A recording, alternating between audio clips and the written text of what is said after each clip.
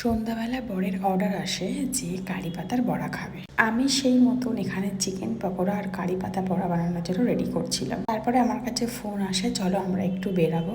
আমি শুনে একটু অবাক হলাম যে হঠাৎ করে কোথায় যাব আমরা। তো আমরা যাচ্ছি এয়ারপোর্ট। মানে আমি বেড়াতে যাচ্ছি না, বেড়াতে যাচ্ছে আমার যা আর দেওর। বরের কাছে ফোন আসে যে দেওর বাড়িতে নেই, তাই ওদেরকে এয়ারপোর্টে ছাড়তে যেতে হবে। সেই কথা মতন আমরা চলে আসি এয়ারপোর্টে। ওদেরকে ছেড়ে আমরা বেরিয়ে যাচ্ছি। যেতে যেতে গাড়িতে প্ল্যান হলো যে আমরা আজকে আরসালানে বিরিয়ানি খেতে যাব। আর আমি গাড়ির কাজ না বন্ধ করে নেমে গেছিলাম, সেটাই দেওর আমাকে বলছিল। তারপরে আমরা পৌঁছে গেলাম আরসালানে।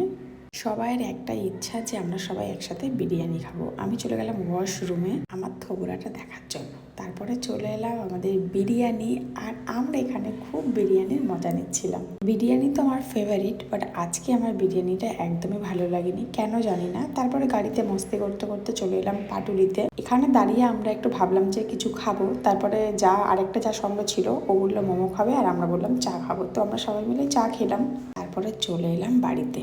তো চলো দেখা হচ্ছে নেক্সট মিনি ব্লগে।